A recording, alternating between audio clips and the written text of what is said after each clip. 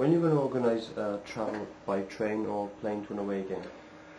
Well, we're looking at it now. I mean, I've already got some irons in the fire as we go on the train, probably to a less volatile match, something like Crewe or Derby, I should imagine. Trying to hire a train for 600 people. It's a rolling stock is the problem at the minute. It would have to leave Cardiff, probably, maybe Pontypridd if we could, and then go directly to Derby. It's a possibility, and we're looking into it. We're just waiting now for replies back from the different companies we've inquired with. As regards to an aeroplane, we are going to try and get a few to fly up to Sunderland this season. A few did last season. As soon as the fixtures come out now, we're going to try and do something about it straight away so we can get the cheapest price from members. But generally we are a coach organisation and we take coaches to most matches, but we're not dismissing the possibility of trains or aeroplanes to games. After dealing with various police forces last season, do you think we'll get more freedom this year, and who's the best force to deal with? Well, they all differ. I mean, you imagine now West Yorkshire, right, for a start. I mean, you got Sheffield United and you got Bradford City, both West Yorkshire, but totally different attitudes. I mean, in Bradford we had a West Yorkshire policeman who was 100% behind us and helpful, and then we got Sheffield, totally different attitudes at all. They're all based in Yorkshire, maybe South, I'm not sure, but there's different attitudes in different police forces, and we got to keep at them. I mean, we're going to meet them before the season starts this year, and we're going to look at the problematic matches, and we're going to try and work something out again. But we work off a blueprint every match. We like to go to somewhere near the ground, stop for a pint, get into the ground, don't get messed about, don't get kept on services, don't get kept on laybys for hours, and then we get back on our coaches and we're away. I mean, that's a simple blueprint to follow. As soon as the police interfere with that blueprint and decide then to keep somebody on a motorway for 2 hours or an hour and a half, that's when the blueprint goes wrong, and that's where we get problems, and that's why we got to have this negotiations with the police before the season starts. I'm willing to meet every police commander from each ground next season. It's not a problem. Me or Gwyn or somebody from our organisation will go there and explain to them our blueprint and just hope that they follow it. I mean, we was going well up in Ipswich last game of the season, and they stopped us, and then they threw stuff on the floor and went through all our stuff. Didn't prove nothing. Just cost them a hell of a lot of money then to police every single bridge all the way back to South Wales, which was stupid, really. Is there any truth in it that the rounds will be getting less allocation of tickets this season? Well, we never got allocated any tickets last season. What we generally do is we gauge how many people need tickets or ask for tickets. We go down to the club and we apply for them tickets, individual members. So instead of them going down individually, we apply for say 100 tickets because we got 100 names who need them tickets. I can't see why that'd be any different this season, to be honest with you. I mean, the club know we organise travel, so they're quite willing to help us if they can, but we've got no special privileges over any other individual, really. It's just because we're a group. But I don't know whether we have less or more, because we never really had any in the first place. Corky, I've noticed over the last few weeks there's been discussion about the disabled organisation. A few people have asked questions. They would like to know in what way you're disabled, and what's the situation with the persona known as Victor on the message board? Well, he's a silly chap, isn't he, really? I mean, I'm disabled because I lost my leg in 1978. I swapped shifts last game of the season. We had Orient at home, and if we beat Orient, I think Blackpool would have been safe. And if we lost to Orient would stay up, and we lost that game. But at the time I was in hospital, I'd been on the ground, I had a serious accident, lost my leg. As regards Victor, I've actually seen this chap inside the ground, and you can say he's disabled. I mean, loads of people are. But I mean, in what way? You're not allowed this season to discriminate against disabilities. I can get to my seat, so I don't claim the disability discount. Other people can get their seat, and they do claim it. And this is what the problem is. He looks to me like he've always claimed this discount, and now they've decided to give the discount to disabled people's helpers. Well, if you don't need an helper, then he loses his discount. So I think this is what his problem is, really. I've even decided now, with the help of all the boys, we're going to start a disabled organisation down in the club, so we can address these issues. But that organisation really should be dealing with things like, have the disabled people got enough room to move their feet? Can they see the pitch? Have they got enough cover? I mean, have you got proper access to toilets? Can they get a drink at half time? Surely that's what a disabled person's organisation should be all about. Not how much it is to go into the ground. I mean, if I went to Tesco's in a wheelchair, I wouldn't expect to get my beans for half price. And I'll be finding out flippant there. I mean, that's the truth. I mean, the club are caring about the disabled people that go to the club, but they are a business as well. So you've got to look at all angles. But to say I'm not sympathetic to disabled people is a bit stupid when I'm a disabled person myself. Apart from the disabled issue, were there any other issues in particular interest or relevance to CCFC in the Supporters Club seminar you attended last week?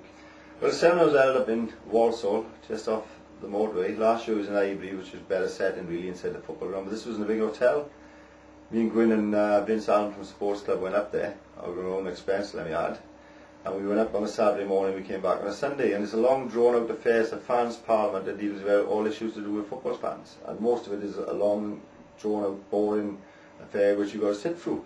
But it's very important. They're backed by the Home Office and the government and the PFA, and one of the issues that they did fetch up was safe standing, and whereas you can stand at the ground and the person behind can still see if they're sitting. I mean, whether it's a viable proposition, we're not sure, but it's a good idea in principle, and we tried these seats out and they were effective. So I think that was one issue that they brought up. Also, they brought up about Wimbledon Football Club and franchising football. There's a lot of politics involved, really, a lot of boring stuff. Stuff that's relevant to Cardiff City, I suppose, it all is in effect. But you'd have to sit through it, really, to understand it, and it's mostly electing officers and things, really. That's what it's all about. Why isn't the family section where the children can get most contact with the players, i.e. the players' tunnel, the lower grandstand? Well, I believe I had a meeting with David Temmy before season ticket issues come out, and I was under the understanding now that they're extending the family section to one part of the lower grandstand this season, so that the children get cheap tickets in that section. That I can find out for definite, but I'm almost certain now that the lower grandstand is being allocated to children this season. So they're extending the children's section from not only the Canton stand out to one of the sections in the lower grandstand. I'll check on that, but I'm almost certain. Can Cardiff City Supporters Club travel on your coaches without playing membership fees? Well, that's a question I haven't really come up before, to be honest with you. I mean, the Supporters Club members usually stick to their own coaches. They don't like our coaches. Well, I don't say they don't like them, they don't choose to come on our coaches. I'd have to have a word with Gwyn about that. I mean, I suppose we could come to some agreement whereas the Rams could go on the Supporters Club coaches occasionally if they ever wanted to, and vice versa. I can't see why not. As long as they're a member of either the Supporters Club or the Rams, then I should think that should be okay. Has the bank loan now been agreed for the future, which is due to be renegotiated this month? That's another question I'm not really sure about. I don't know whether we really, even if I did know, whether we should divulge such information. I mean, that information will be out now in Company's House. I should imagine it'll be out somewhere. But I mean, that's the club's private business, and I just said earlier in the interview that you should support the club no matter what, whether we got a loan, whether we haven't got a loan, whether we buy players, whether we don't buy players. I don't see what's the difference. Either you support the club or you don't. I mean, you should leave the businessmen worry about the money, and we should worry about supporting the team. That's my own opinion. When are the detailed plans for the cost of the new stadium expected to go before the council? The longer we take to submit them, the greater risk we have of them being rejected. No, I don't think there's any risk of them ever being rejected. I just think that the club are waiting to get the best deal. I mean, they got tenders in with different firms. They probably want a fixed price for the whole development. And when they get that, then they shall submit them to the council. I mean, last time I had a meeting with David Temmy, it's a known fact now that we got no choice other than to build the ground. We've got to build a stadium no matter what now. We're legally obliged to build one. What price we pay, or what price we actually pay for the construction work, is still being an issue, still being dealt with very vigorously by the club. You can't blame them for trying to get the best deal. It'll all work out, and I still think that the old scenario will be sorted very soon. With the new season just weeks away now, who would you like to play at home first? Who would you like to play away first? First away game, personally I'd like a nice simple one to organise really, because you always got a load of people who want to go to the first away game. Someone like Crew would suit me really. But I suppose if I wasn't organising the coaches, I'd like to go to a big team first to get the season off to a flyer. West Ham or Leeds or something like that, to get it off to a good start. But practically speaking, Rotherham was fine for me last season, even though there was 20 coaches to organise. You know, it's simpler to organise a match to Rotherham than it is to Leeds. So personally, I hope it's something like Rotherham. But on a general note, I wouldn't mind if it's a big team, to be honest. Get us off to a good start then. So. And who would you like to, at home first? At home, yeah, I think we need a big team to get us going, really. Same as I just said before, I mean, imagine how we waited all these months now, and then we got Gillingham at home. It don't seem the same, as it really? But I mean, a team that just got relegated would be nice, something like Leicester. So let's hope we have a great crowd no matter what team we are. That's more important to me, really, that the fans get behind the club no matter what. That's what's really important. And the last question, how are the Rams preparing for the new season? Yeah, it's going to be a busy season. We've got some great games coming up, apart from, I should imagine, Gillingham, maybe Rotherham. I can't think of a bad game yet next season that we got. So it's going to be a tremendous season. We took 250 odd coaches, maybe more than that last season. I think we'll surpass that this season. So it's going to be a lot of organising. The Rams got to be on top form. Well, the reps have really. We've got a new rep structure coming into being this season.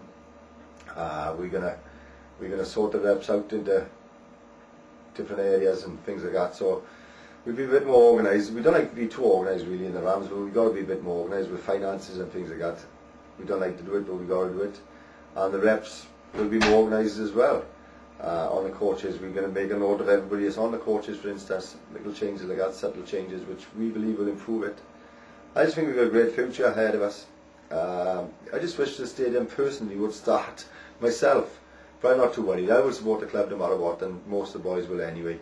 But I think a lot of the doubters would stop doubting the club and get behind them 100%, because that's what we need to do to have any success in the club, is get 100% behind them.